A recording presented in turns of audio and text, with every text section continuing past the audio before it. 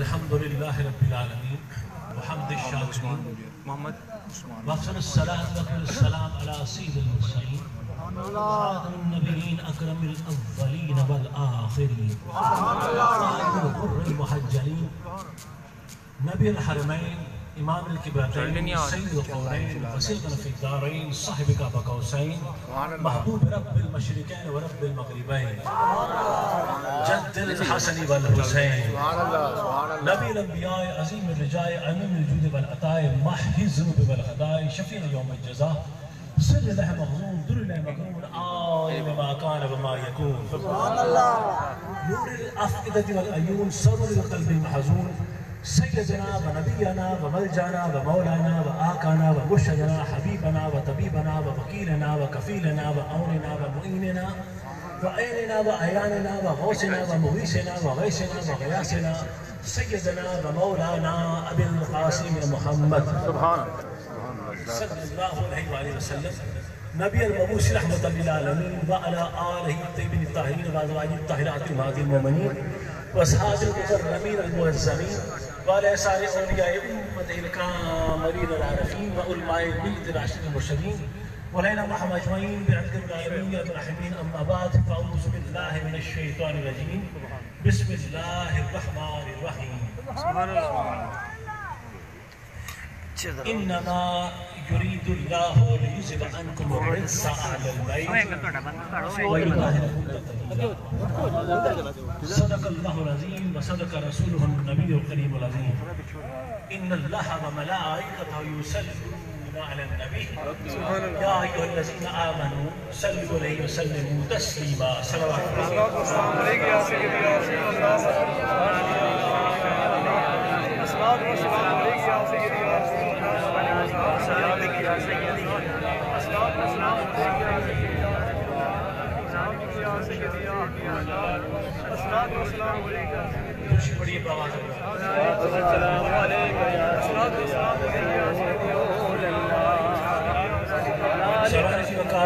صاحبان تدبر و صاحبان تدبیر ادب خردگان نگاہ محبت ادب خردگان نگاہ ولایت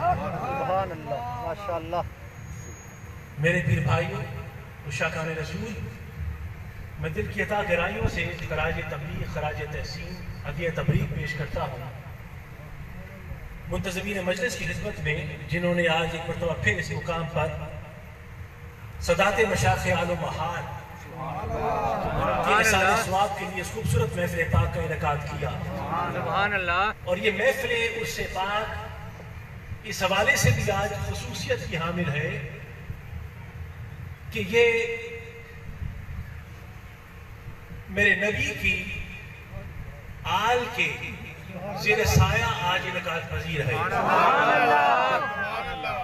اس ضمن میں میری دعا ہے کہ وہ قاضی الحاجات ہم سب کی حاجت روائی فرمائے آمین اور نبی آخر زمان رحمت اللہ سایہ ہمارے سروں پر سلامت تا قیامت رکھیں اور یقیناً یہ اولیاء ہمارے قلب و اذان کو مطاع منور و معطر کرتے رہیں صاحبان ذی وقار میں نے آپ کی خدمت میں سورہ احزاب کی آیت 33 کو ہدیہ کرنے کا شرف حاصل کیا ہے اور اس آیت کریمہ کے ذہن میں رہتے ہوئے آج جس گفتگو کے تقاضوں سے متصل ہو جانا ہے وہ ہے شان اہل بیت اب شان اہل بیت کیا ہے مقام اہل بیت کیا ہے رفت اہل بیت کیا ہے ان کا حقیقی مقام کیا ہے یا خدا جانے یا مصطفیٰ جانے ہم کیا مقام بیان کریں آل نبی کا مقام کیا ہے لیکن فقط ارمغان نیاز کے طور پر ہم عقیدت کے چند پھول آپ کی بارگاہ میں پیش کرنا چاہتے ہیں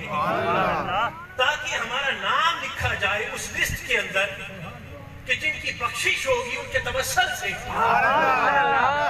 کہ جو حسنین کے بابا بھی ہیں حسنین کے نانا بھی ہیں اور حسنین کے مجان بھی ہیں بس اپنا نام درج کرانے کے لیے ہم یہ ہدیہ آپ کی بارگاہ میں پیش کر رہے ہیں حقیقی مقام کیا ہے یا خدا جانے یا مصطفیٰ جانے سوال ذی وقار اس آیہ کریمہ کے اندر میرے پروردگار نے اپنے حبیب کی آل کی پاکیزگی اور طہارت کی بہترین انداز سے گواہی دی ہے. یعنی ارشاد ہوا کہ انما یرید اللہ لیذهب عنکم الرجس اہل البیت ویطہرکم تطہیرا، کہ اللہ یہی تو چاہتا ہے اے نبی کے اہل بیت، اے آل نبی، اے نبی کے گھر والوں، اللہ یہی تو چاہتا ہے کہ تمہیں ہر طرح کے رجس سے دور کر دے اور تمہیں ہر طرح کی ناپاکی سے دور کر دے اور تمہیں ایسا پاک و ستھرا کر دے جیسا پاک و ستھرا ہونے کا حق ہے.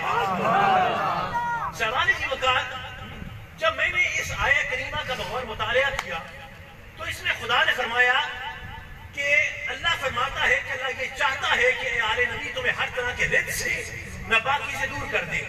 تو میں نے چاہا اپنی ذہنی تشفی کے لیے، اپنی تسلی کے لیے کہ میں دیکھوں کہ رجس میں کون کون سی ناپاکی ہے، اس میں کون کون سی غلاظت ہے، اس میں کون کون سی برائی ہے، اس میں کون کون سی ناپاکی ہے جس کو اللہ تبارک و تعالیٰ نے اپنی آل سے دور کر دیا ہے. اس کے کلی مفہوم کیا ہے، یہ کون سا رجس ہے جو میرے اللہ نے آل نبی سے دور کر دیا ہے. تو اب یہ جاننے کے لیے میں نے بے شمار لغت کھولی، لسان عربی پڑھی اور بے شمار لغت کھول کے دیکھی کہ رزق کے مفہوم پتہ لگ جائے کہ کلی مفہوم کیا ہے. لیکن خدا کی قسم کھا کے کہتا ہوں کہ میرے ذہن کو تسلی نہ ہوئی، تشفی نہ ہوئی کہ بھئی آخر وہ رزق ہے کون تھا جو خدائے پروردگار نے اپنی آل سے دور کر دیا. لیکن جب میری تسلی نہ ہوئی تو پھر میں نے قرآن کی اسی آیت کا بغور مطالعہ کیا، انما یرید اللہ، اسی آیت کا جب میں بار بار بغور مطالعہ کیا تو مجھے اسی آیت کے اندر رجس کے مکمل مفہوم نظر آ گئے، ناپاکی کے مکمل مفہوم نظر آ گئے کہ وہ کون کون سا رجس ہے جو اہل بیت سے دور ہوا. اسی آیت میں رجس کے کلی مفہوم چھپے ہیں. یعنی خدا نے فرمایا ہم نے ہر طرح کے رجس کو دور کر دیا آل نبی سے. تو اب تمہیں لغت کھول کر یہ جاننے کی ضرورت نہیں ہے کہ اس میں کون کون سی ناپاکی ہے، بس اتنا جان لو جو چیز آل نبی سے دور جائے وہ ناپاک ہے، جو قریب آئے کوئی پاک ہے.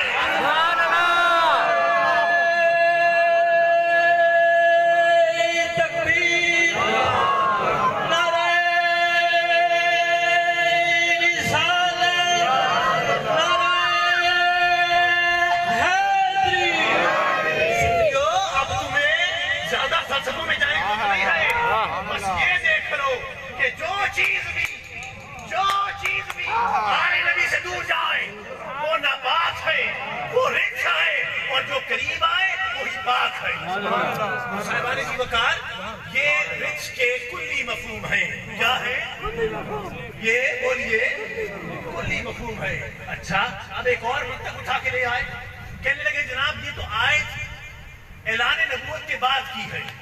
تو جب خدا فرما رہا ہے کہ اللہ نے اپنی حبیب کی آل کو پاک کیا، مطہر کیا، تو یہ اعلان نبوت کے بعد پاک کیا ہے.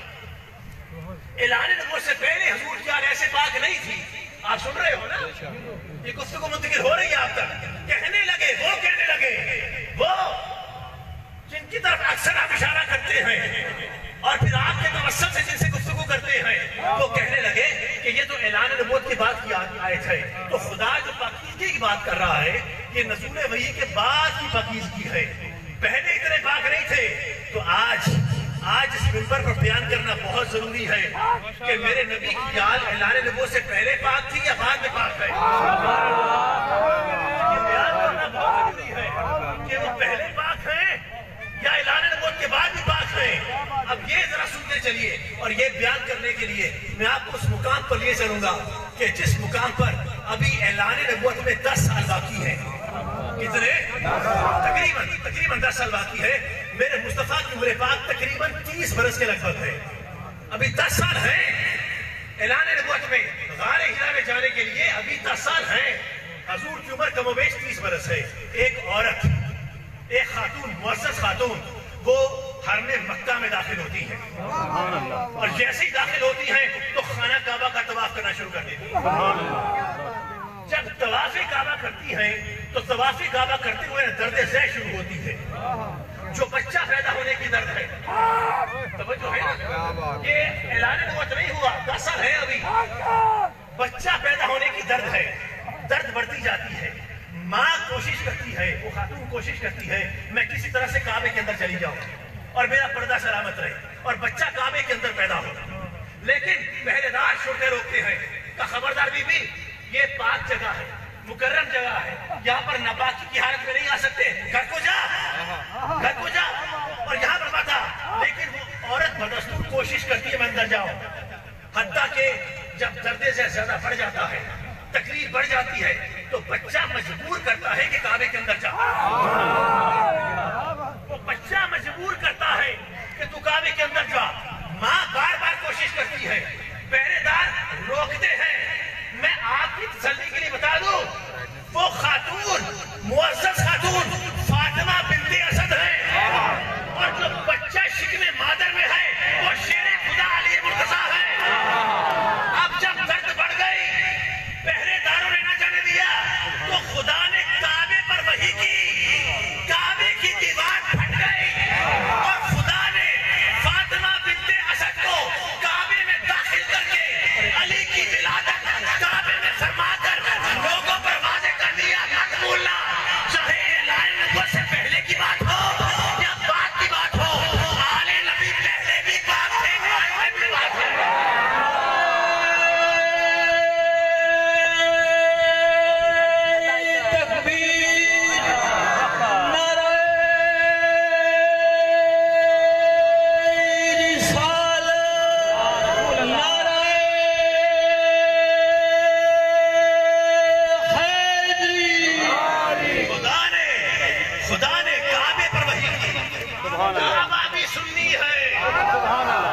علی کے مقام کو سمجھتا ہے، پھٹ گئی دیوار کعبے کی، اور علی کی ولادت کعبے میں ہو گئی، اور ہمیشہ کے لیے مہر لگ گئی۔ اللہ یہ پاک کب کے ہیں؟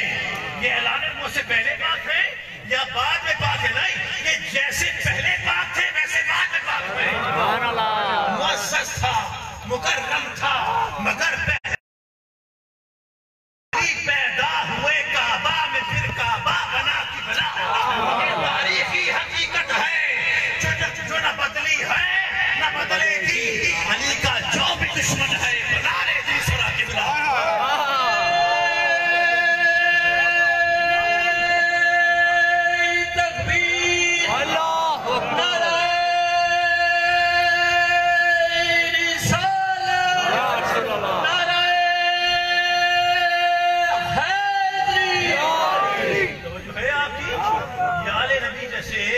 پہلے پاک ویسے بعد پاک، کتنے پاک ہیں یہ، کتنے مکرم ہیں یہ قبلہ، کتنے معزز ہیں یہ، کتنے محترم ہیں یہ، کہ میرے نبی نے فرمایا کہ اپنی اولاد کو 3 چیزوں کا ادب سکھاؤ۔ کیا فرمایا؟ 3 چیزوں کا ادب سکھاؤ۔ پہلا، میری محبت سکھاؤ، حضور نے فرمایا میری محبت سکھاؤ۔ دوسرا، میرے اہل بیت کی محبت سکھاؤ۔ تیسرا، انہیں قرآن مجید کی تلاوت کا ادب سکھاؤ۔ یہ حضور نے فرمایا۔ کس نے فرمایا؟ حضور نے فرمایا ہے کہ 3 چیزوں کی محبت سکھاؤ، 3 چیزوں کا ادب سکھاؤ، میری محبت سکھاؤ۔ سیرت کی بات نہیں کی، یہ چھوٹے بچے کی بات ہے کہ بچوں کی تربیت کیسے کرنی ہے۔ سیرت تو بڑے ہو کر پکڑیں گے، قرآن کی تعلیمات کیا ہے بڑے ہو کر پکڑیں گے، اہل بیت کے اخلاق کیا ہے بڑے ہو کر پکڑیں گے۔ مصطفیٰ فرما رہے ہیں میرے وجود کی محبت سکھاؤ، میرے اہل بیت کے وجود کی محبت سکھاؤ۔ توجہ ہے آپ کی؟ اور قرآن مجید کی محبت اور ادب سکھلاؤ۔ تو 3 محبتوں کا ذکر کیا صاحبان ذوالفقار۔ یہ اہل بیت کی محبت اتنی افضل ہے۔ توجہ ہے آپ؟ سن رہے ہو؟ سارے ماننے والے ہو نا؟ یہ میں ماننے والوں سے بیان کر رہا ہوں، ذرا سنتے چلیے۔ یہ اہل بیت کی محبت اتنی معزز ہے کہ خدائے پروردگار نے اور اس کے حبیب نے اسے امت کے لیے کشفی نجات بنایا ہے۔ اس محبت کو کیا بنایا ہے؟ یہ کشفی نجات ہے، یہ تمہارے دین و دنیا کے لیے وسیلہ نجات ہے۔ یہ اہل بیت کی محبت سنیو، ہمارے لیے وسیلہ نجات ہے۔ اب اگر آپ مجھے اجازت دیں تو میں اس جملے کو تھوڑا کھول کر پیش کروں۔ یہ سننے والی بات ہے، تھوڑا سا کھول کر پیش کرنا ہے۔ سنیے گا، جناب نوح علیہ السلام کا نام سنا ہے نا؟ انہیں بیٹھ جائیے. جناب نوح علیہ السلام کا نام سنا ہے آپ نے؟ بولیے نا. یہ وہ رسول ہیں جو جن کو سب سے پہلے رسالت ملی تھی. آدم وہ پہلے نبی ہیں جو دنیا میں آئے. نوح وہ پہلے رسول ہیں جو دنیا میں آئے ہیں. یہ وہی نوح ہے جن کے وقت میں طوفان نوح آیا تھا اور ساری زمین ایک مرتبہ کافروں سے پاک ہو گئی تھی. کوئی کافر نہیں بچا تھا. نوح علیہ السلام نے اللہ کی طرف سے کشتی بنائی. ذرا سنتے چلیے, ہاتھ جوڑا آپ کی خدمت میں. نوح علیہ السلام نے ایک کشتی بنائی اور وہ کشتی نجات کہلائی. اب جب طوفان آیا اور ہر چیز غرق ہونے لگی, نوح علیہ السلام سوار ہو چکے ہیں, ہر چیز کے جوڑے لے لیے, وہ بھی سوار ہیں, لیکن نوح کا بیٹا, توجہ ہے آپ کی, نوح کا بیٹا وہ سوار نہیں ہو رہا. باپ بار بار کہہ رہے کہ بیٹا کشتی میں آ جا, لیکن بیٹا انکار کرتا ہے. توجہ ہے آپ کی, بیٹا بولیے انکار کرتا ہے. کہا نہیں بابا جان, میں کسی پہاڑ پر چڑھ جاؤں گا, مجھے وہاں پانی تنگ نہیں کرے گا. نوح نے سمجھایا بیٹا آج جو کشتی میں آئے گا وہ بچے گا, جو باہر رہ جائے گا وہ خدا کے عذاب سے بچ نہیں سکتا, تو کشتی میں آ جا. لیکن نوح علیہ السلام کشتی میں نہ آئے. دیکھیے نوح علیہ السلام کا عقیدہ تاریخوں نے لکھا ہے. نوح علیہ السلام کی امت کے 3 ایمان تھے. کیا 3؟ ایک اللہ پر ایمان, دوسرا رسول پر ایمان, تیسرا نوح کی کشتی پر ایمان. توجہ ہے آپ کی, نوح پر ایمان, اللہ پر ایمان اور نوح کی کشتی پر ایمان. جو نوح کا بیٹا تھا وہ یہ کہہ رہا تھا کہ اے میرے باپ, مجھے اللہ پر ایمان ہے, مجھے تجھ پر بھی ایمان ہے, پر میں کشتی پر ایمان نہیں رکھتا, مجھے کشتی پر بھروسہ نہیں ہے. اب جب اس نے یہ کہا مجھے کشتی پر بھروسہ نہیں ہے, تو خدا کا عذاب اس کی طرف بڑھنے لگا. ذرا سنتے جائیے گا. جب عذاب بڑھنے لگا اور نوح علیہ السلام نے دیکھا کہ ان کا بیٹا غرق ہونے لگا ہے, تو نوح علیہ السلام نے اپنے خدا سے التجا کی. دیکھو سگا بیٹا ہے, سلبی بیٹا ہے, پدرانہ شکل جاگی, حضور عرض کی, مناجات پیش کی, التجا کی, اور ان کی سفارش کو خدا نے قرآن مجید کی آیات کا حصہ بنا لیا.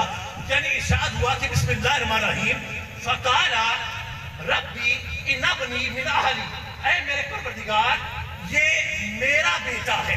سبحان اللہ, سن رہے ہیں, اے میرے رب یہ میرا بیٹا ہے, من اہلی میرے اہل سے ہے, یہ میرے اہل سے ہے, اس لیے مولا میری نسبت کی بنا پر, میرے بیٹے ہونے کی بنا پر اس کو بخش دے, اس کو نجات دے دے, اس کو عذاب سے دور رکھ. لیکن خدا پروردگار کا جواب بہت شد و مت کے ساتھ آیا, بہت جلال کے ساتھ خدا کا جواب آیا کہ ارشاد ہوا کہ قال یا نوح انہو لیسا من اہلکا انہو عمل غیر صالح, کہ اے نوح بے شک تیرا بیٹا ہے. آپ سن رہے ہیں, بے شک تیرا سگا بیٹا ہے, لیکن آج یہ تیرے اہل سے نکل گیا, آج یہ تیرے اہل سے نکل گیا. کیوں نکل گیا؟ کیونکہ انہو عمل غیر صالح, اس نے جو عمل کیا ہے وہ بہت غیر صالح عمل ہے. وہ عمل کیا تھا؟ سنیو, وہ عمل کیا تھا؟ وہ عمل تھا کہ نوح کے بیٹے نے کشتی کا انکار کیا. کشتی کا انکار خدا کا انکار بن گیا, کشتی کا انکار رسول کا انکار بن گیا. تو قانون کیا ہے کہ سگا رشتہ بھی ہو نبی کا. اگر کشتی کا انکار کرے خدا کے عذاب سے نہیں بچ سکتا. میں دوبارہ کہوں, سگا رشتہ بھی ہو نبی کا. سبحان اللہ, سبحان اللہ, سبحان اللہ, سگا رشتہ بھی ہو نبی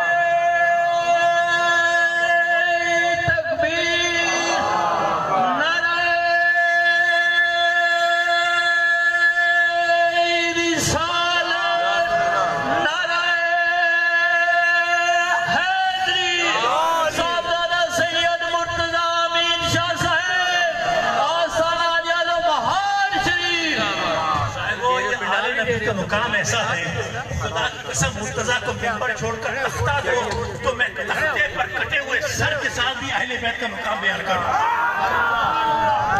اور ہمارے خون کا ایک قطرہ اہل بیت کا مقام بیان کرے۔ بھائی جس کو میرے نبی نے امت کے لیے کشتی نجات بنا دیا ہو، توجہ ہے آپ کی؟ یہ سن رہے ہیں پیچھے جو بیٹھے ہیں؟ سبحان اللہ، بیٹھے ہو، سن رہے ہو نا؟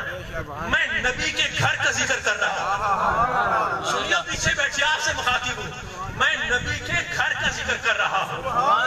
یہ دل کو روزہ عطر سے ملتا ہے، شعور ذات تو ان کے در سے ملتا ہے، ذات حق تو ماورا ہے عقل انسان سے، مگر نشان محمد کے گھر سے ملتا ہے۔ میں نبی کے گھر کا ذکر کر رہا ہوں، سنتے جاؤ۔ تمہیں سب کو اپنا گھر عزیز ہے نا، تو دیکھو میرے مصطفیٰ کو اپنا گھر کتنا عزیز ہے، کتنا پیارا ہے میرے مصطفیٰ کو اپنا گھر، ذرا سنتے چلیے گا۔ تو یہ آل کی کشتی ہے، کس کی کشتی ہے؟ آل کی کشتی ہے۔ رسول نے فرمایا کہ جو قانون نوح کی کشتی کے لیے ہے وہی قانون آل نبی کی کشتی کے لیے ہے۔ وہی اس کشتی کے لیے قانون کیا تھا؟ توجہ ہے، اس کشتی کے لیے قانون کیا تھا کہ بسم اللہ مجریہا و مرساہا، اس کشتی کا چلنا رکنا اللہ کی مرضی سے ہے، اللہ کے نام پر ہے، اللہ کی رضا سے ہے۔ اور آل محمد کی کشتی کا مقام کیا ہے؟ مصطفیٰ سجدے میں ہے، سجدہ لمبا ہو گیا، حسنین پشت پہ آ کر سوار ہو گئے، وحی الہی آئی، مصطفیٰ سجدے سے سر نہ اٹھانا، جس طرح نوح کی کشتی کا چلنا رکنا اللہ کی مرضی سے ہے، اسی طرح حسنین کا چڑھنا اترنا اللہ کی مرضی سے ہے۔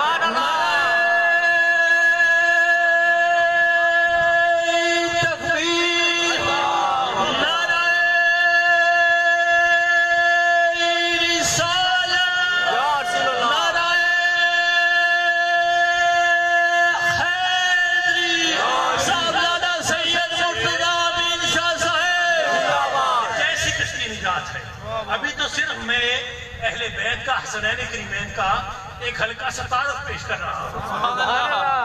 جب کشتی میں چڑھو گے نا اس وقت مقام پتہ لگے گا۔ سبحان اللہ، سبحان اللہ، وہ چڑھا ہوا ہے اس کشتی کے اندر۔ چھوڑ دی ہم نے کشتی تیرے نام پر، کنارے لگانا تیرا سبحان اللہ، توجہ ہے آپ؟ تو چڑھ کے رہنا اس کشتی پر، یہی سفینہ نجات ہے۔ یہ کیسا سفینہ نجات ہے؟ میرا دل کرتا ہے میں تمہارے اندر کھڑے ہو کے تقریر کروں، خدا کی قسم۔ سبحان اللہ، مجھے مجمع کے ادب کا خیال نہ ہو تو میں تمہارے اندر کھڑے ہو کر یہاں پر کھڑے ہو کر خطاب کروں، لیکن جہاں پر ہوں وہاں سے میری بات کو سنو، سننا میری بات کو۔ کیسی کشتی نجات ہے، یہ کیسا وسیلہ نجات ہے؟ خدا کی قسم عبداللہ ابن مسعود فرماتے ہیں اور امام شافعی فرماتے ہیں، اہل بیت کیا تمہارا مقام کم ہے کہ جو شخص نماز میں تم پر درود نہیں پڑھتا اس کی نماز ہی قبول نہیں ہوگی؟ یہ اہل بیت اطہار تو آپ کی نماز کی قبولیت کے لیے وسیلہ ہے۔ اگر ان پر درود نہیں پڑھتے آپ کی نماز آپ کے منہ پہ ماری جاتی ہے۔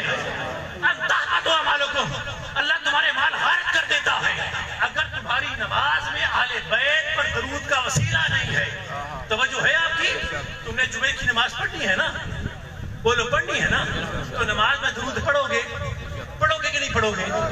جتنے مرضی بن سج کے آؤ، جتنی مرضی داڑیاں رکھ لو، امامے باندھ لو، جبے کپے پہن لو، سرمے لگا لو، خوشبوئیں لگا لو، لیکن اگر تمہارے اندر سے حب اہل بیت کی خوشبو نہیں آئے گی تو تمہاری نماز قبول نہیں ہوگی۔ تمہاری نماز قبول نہیں ہوگی۔ اچھا نماز تو نماز ہے نا، نماز سے پہلے خطبہ ہوتا ہے۔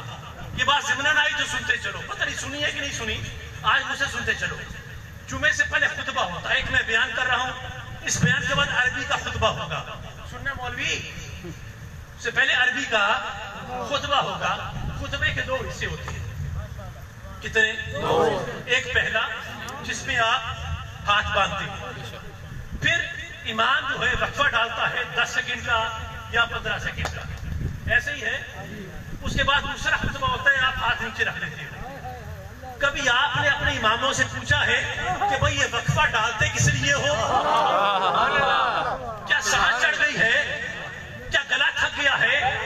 کیا زبان میں نکرت آ گئی ہے؟ کیا پانی پینا ہے؟ کیا ٹانگیں کانپنے لگ گئی ہے؟ یہ وقفہ ڈال کیوں رہے ہو؟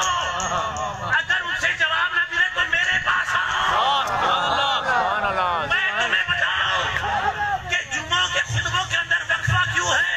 میرے مصطفیٰ کی سنت ہے، اور سنت کیسی ہے؟ حضور منبر رسول پر خطبہ دے رہے ہیں، سن رہے ہو؟ جمعے کا وقت ہے، حسنین کریمین سرخ رنگ کے کرتے پہن کر اپنے بابا جان کے ساتھ خرامہ خرامہ آ رہے ہیں، ایک طرف حسن ایک طرف حسین، دوستوں ذرا منظر تو لے کے آؤ، حسنین شہزادے سرخ رنگ کے کرتے، علی کے ایک طرف حسن ایک طرف حسین،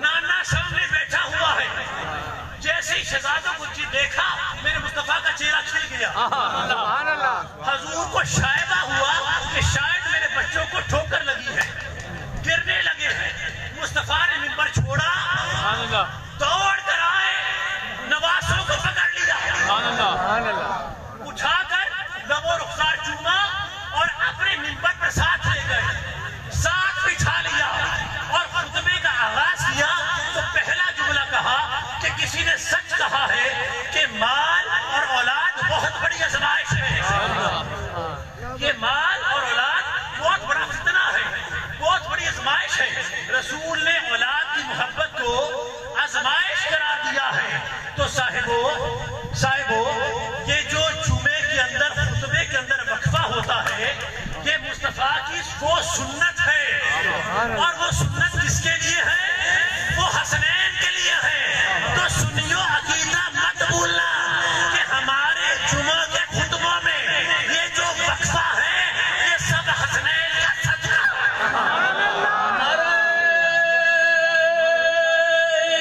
تکبیر، نعرہ رسالت، نعرہ حیدری، سابقہ سید مرتضی امین شاہ صاحب، آسانہ جالو بہار شریف۔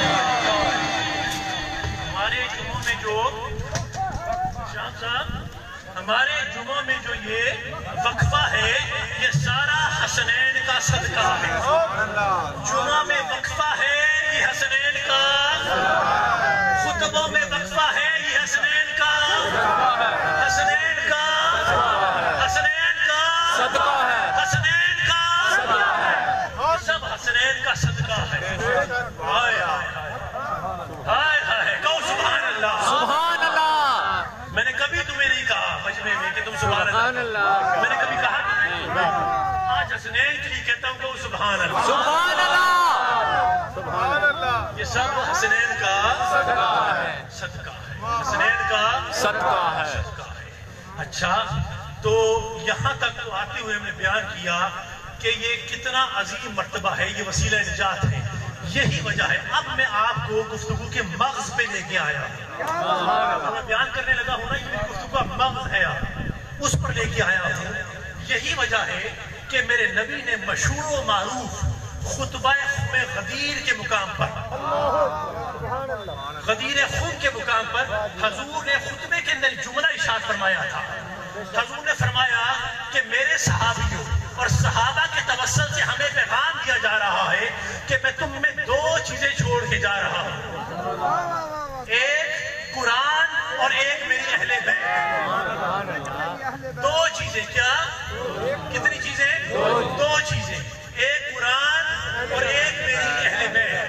نبی نے فرمایا یہ قرآن اللہ کی رسی ہے جو تم پر عرش سے لٹکی ہوئی ہے، اس کو مضبوطی سے تھام لو، یہ ہدایت ہے، یہ نور ہے۔ کیا؟ قرآن، یہ ہدایت ہے، نور ہے، اللہ کی رسی ہے، اس کو تھامے رکھو۔ اور دوسرا فرمایا میری اہل بیت، اے میرے صحابہ، میں اپنی آل سے متعلق میں اللہ کا خوف دلاتا ہوں، میں اللہ کا خوف دلاتا ہوں۔ قرآن اور اہل بیت کہ دو چیزیں چھوڑ کے جا رہا ہوں، قرآن اور اہل بیت، اور یہ دونوں ایک دوسرے سے جدا نہیں ہوں گے۔ یہ جملہ اکثر لوگ ایسے کہہ جاتے ہیں، مجھے تم وقت دو نا تو میں اس جملے پر شام تک گفتگو کروں تمہارے ساتھ۔ اس ایک جملے پر فرمایا کہ قرآن اور اہل بیت کبھی جدا نہیں ہوں گے، کبھی جدا، حتیٰ کہ حوض کوثر پر مل جائیں گے۔ یہ دنیا میں اکٹھے رہیں گے حتیٰ کہ حوض کوثر پر مجھ سے دونوں مل جائیں گے۔ حدیث سن لی آپ نے، یہ صحیح حدیث ہے، تمام محدثین نے بیان کی۔ اب ذرا سنیے گا، میرے مصطفیٰ نے فرمایا قرآن اور اہل بیت ایک دوسرے سے جدا، سب بولے، ایک دوسرے سے جدا نہیں ہو سکتے۔ تو جب یہ بات طے ہے کہ قرآن جڑے ہوئے ہیں اہل بیت کے ساتھ، اہل بیت جڑے ہوئے ہیں قرآن کے ساتھ، اب میں سمجھانے کے لیے ایک سوال کرنے لگا ہوں کہ آپ بتائیے کہ کیا قرآن آج موجود ہے؟ بولیے، موجود ہے، حاضر ہے؟ قرآن آج حاضر ہے؟ بولو، موجود ہے؟ قرآن کی تعلیمات بھی ہے، قرآن کا نور بھی ہے، کل بھی تھا، آج بھی ہے، آگے بھی رہے گا۔ تو جب تمہارا عقیدہ ہے کہ آج قرآن موجود ہے اور ہمیشہ رہے گا، تو مصطفیٰ نے صرف قرآن کو نہیں دیا تھا، کہا میری اہل بیت بھی ہے اور قرآن کے ساتھ جڑے ہوئے ہیں۔ تو جب مانتے ہو کہ قرآن موجود ہے اور اہل بیت ساتھ جڑے ہوئے ہیں، تو پھر مانو نا کہ اہل بیت جیسے کل موجود تھے ویسے آج موجود ہے، ویسے قیامت تک۔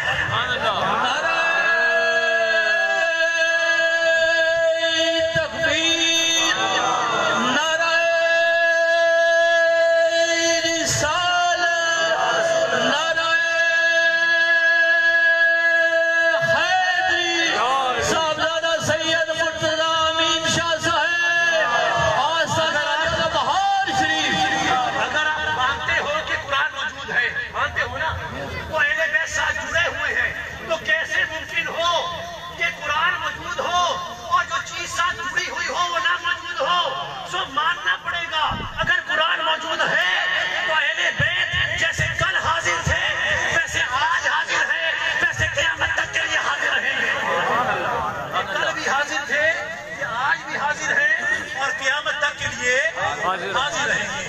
اگر آپ کا اجازت دے، مزاج آپ کا اگر مجھے اجازت دے اور نہ بھی دے، کیا کر لو گے میرا؟ لیکن میرا دل کرتا ہے کہ میں خدیر خم کا جو خطبہ ہے نا، اس کا پس منظر پیش کروں۔ سننا چاہو گے؟ یہ خطبہ خدیر خم اکثر علماء ہمارے اس کو صرف نظر کر جاتے ہیں، ہلکی سی بات کی اور آگے گزر گئے۔ ذرا دیکھو تو صحیح کس تیور کے ساتھ یہ خطبہ آیا ہے، خطبہ خدیر خم۔ یہ خطبہ ذرا سنیے گا حضور۔ اچھا میں سنیے یہ غدیر ہے کیا؟ مکہ اور مدینہ کے درمیان، اتنا وقت نہیں کہ محلے کو بیان کروں، لیکن اس کے درمیان ایک جگہ یہ خم کہتے ہیں ایسے مقام پر جہاں پر پانی اکٹھا ہو جاتا ہے، برسات کے دنوں میں بولیے پانی اکٹھا ہو جاتا ہے، اسے خم کہتے ہیں۔ تو یہ علاقہ غدیر ہے، اس لیے خم غدیر کے نام سے جانا جاتا ہے۔ وہاں پر جب رسول اللہ حجۃ الوداع سے فارغ ہوئے، توجہ ہے آپ کی، حجۃ الوداع سے فارغ ہوئے، فارغ ہو کر مصطفیٰ مدینے کی طرف آ رہے ہیں تو رستے میں ایک مقام آیا، توجہ ہے، اس مقام پر نبی رک گئے۔ یہ دوپہر کا ٹائم تھا، ابھی ظہر کی نماز نہیں ہوئی تھی۔ سن رہے ہیں میری بات؟ بیٹا نیچے بیٹھیا، نیچے بیٹھیے، چلے بولنا۔ یہ اگر بات نہ سنی تو آپ نے کچھ نہ سنا۔ اس بات کو ذرا غور سے سنیے گا۔ جب وہاں پر پہنچے تو ظہر کی نماز ابھی نہیں ہوئی تھی، ظہر کا وقت ہو رہا تھا۔ وہاں پر کچھ کانٹے دار جھاڑیوں اور درخت تھے، جی ان درختوں کے نیچے مصطفیٰ نے کانٹوں کو صاف کرایا، صاف کرا کر جگہ تیار کروائی اور وہاں پر رسول اللہ نے نماز ظہر ادا فرمائی۔ پھر جب رسول اللہ وہاں سے چلنے لگے تو خدائے پروردگار کی وحی آئی،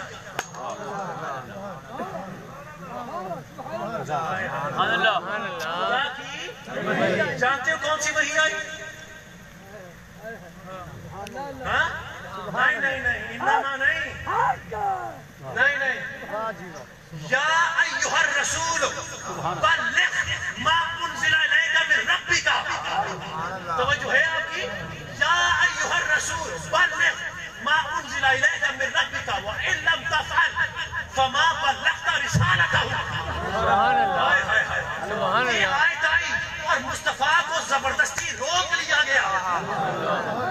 اگر آپ اجازت دیں تو میں اس آیت کے حوالے پیش کر دوں تاکہ کوئی مجھ پر انگلیاں نہ اٹھائے کہ شاہ صاحب نے من کر کہانی کہہ دی ہے. جس انداز سے مفسرین نے اس کی تفسیر لکھی ہے وہ سارے حوالے ہیں. آپ کی اجازت ہے تو پیش کر دوں؟ میں پیش کروں گا. ذرا سنیے, یہ سورہ مائدہ کی آیت ہے اور ابو سعید خدری نے صحابی رسول نے اس حدیث کو روایت کیا ہے. راوی ہیں اس کے ابھی حاتم نے اس کو نقل کیا, ابو نعیم نے اسے نقل کیا. توجہ ہے آپ کی؟ دوسرے صحابی سنیے, عبداللہ بن مسعود, آپ بھی سنیے رضی اللہ تعالی عنہ, جلد صحابی. انہوں نے ان سے یہ اس کی شان نزول روایت کی گئی اور وہابی نے اس کو بیان کیا. تفسیر ہزاری یعنی تفسیر کبیر میں اس کو بیان کیا گیا. حافظ ابن کثیر نے بیان کیا. سن رہے ہیں؟ ابو نعیم نے پھر حلیہ میں بیان کیا. ابن مردویہ, توجہ ہے آپ کی؟ ابن مردویہ انہوں نے اس کو مناقب علی ابن ابی طالب کے اندر بیان کیا. امام عینی نے شرائع بخاری میں اس کو بیان کیا اور امام جلال الدین سیوطی نے تفسیر در منصور میں بیان کیا. یہاں تک سن لیا. تیسرے صحابی سن رہے ہیں آپ؟ دو ہو گئے نا, اب تیسرے صحابی حضرت عبداللہ ابن عباس رضی اللہ تعالیٰ, انہوں نے اس کو بیان کیا. وہابی نے پھر وہاں سے اس کو بیان کیا اسباب نزول کے اندر, اور ابو اسحاق سالمی نے اپنی تفسیر کے اندر بیان کیا. سن رہے ہیں؟ چوتھے صحابی سنیے, حضرت برا بن عازب, انہوں نے بیان کیا. پھر وہاں سے ابو نعیم نے حلیہ میں بیان کیا اور پھر ابو اسحاق سالمی نے پھر اپنی تفسیر میں بیان کیا. یہ سارے حوالے میں نے پیش کر دیے. آپ نے سن لیے اور ریکارڈ آ گئے. مجھ پہ انگلیاں اٹھانا جو جملہ کہنے لگا. ترجمہ سنو. یا ایھا الرسول, رسول کو تپتے ہوئے صحرا کے اندر روکا گیا. سن رہے ہیں؟ اور حکم آیا, اے رسول اتشام, اے رسول بلغ, اعلان کر دیجئے ما انزل الیک من ربک, وہ جو آپ کے رب کی طرف سے نازل کیا گیا. سبحان اللہ. بیان کر دیجئے, بیان کر دیجئے وہ جو آپ کے مولوی کو سب سمجھانا پڑتا ہے. یہ بڑی سمجھا ہوا ہے, ہمارے مجدد صاحب کا فیض یافتہ ہے. توجہ ہے آپ کی؟ بلغ, اے مصطفیٰ بیان کر دیجئے وہ جو آپ کے رب کی طرف سے ابھی آپ پر نازل کیا گیا ہے.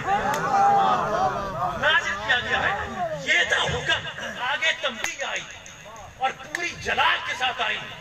مانا تو میرا حبیب ہے, پر وَإِن لَمْ تَفْعَلْ فَمَا بَلَّغْتَ رِسَالَتَهُ.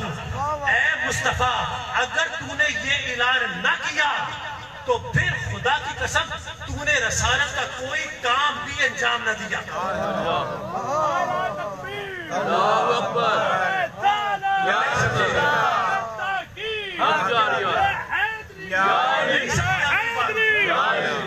نہیں سمجھے میری بات کو. اے رسول اعلان کر دیجئے وہ جو ہم نے آپ پر نازل فرمایا. اے رسول اعلان کر دیجئے وہ جو ہم نے تجھ پر نازل فرمایا, اور اگر تو نے وہ اعلان نہ کیا تو خدا کی قسم تو نے رسالت کا کوئی کام انجام نہ دیا. مصطفیٰ جو اعلان کرنے لگے ہیں, سن رہے ہیں, مصطفیٰ کی رسالت کا سارا دار و مدار اس پر ہے.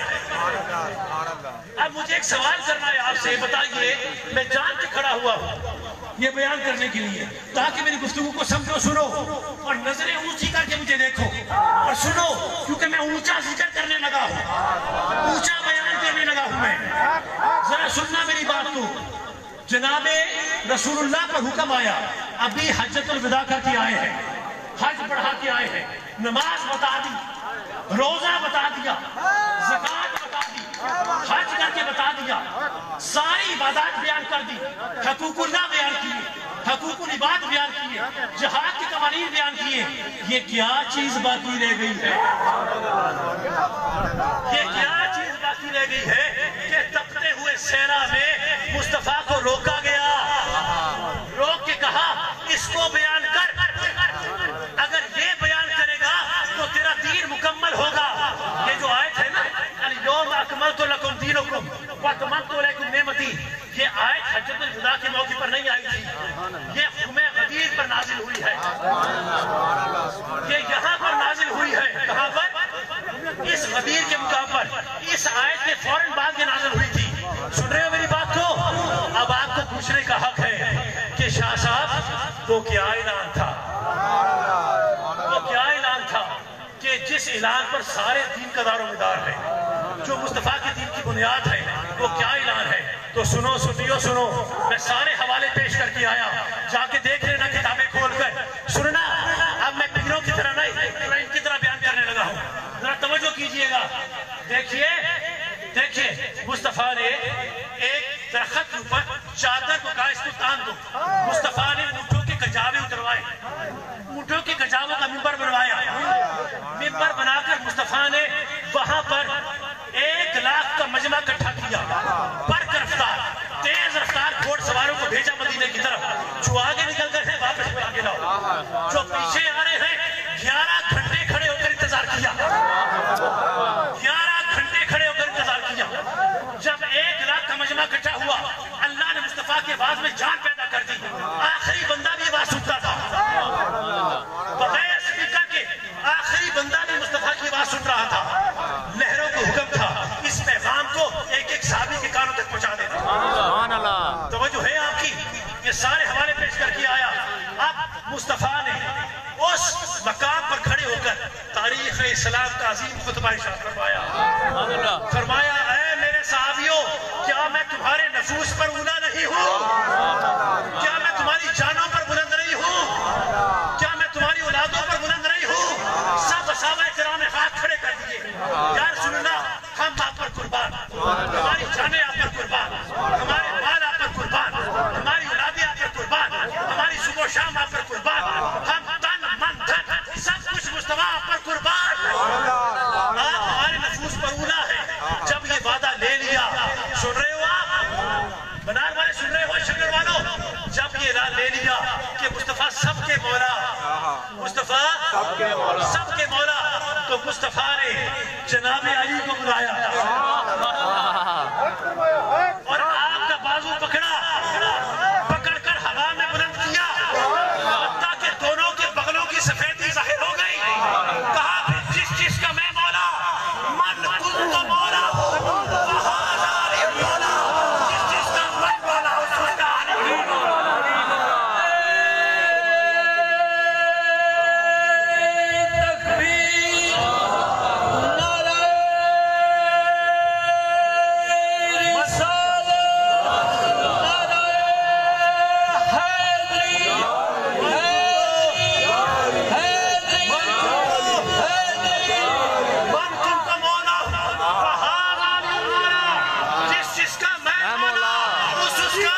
علی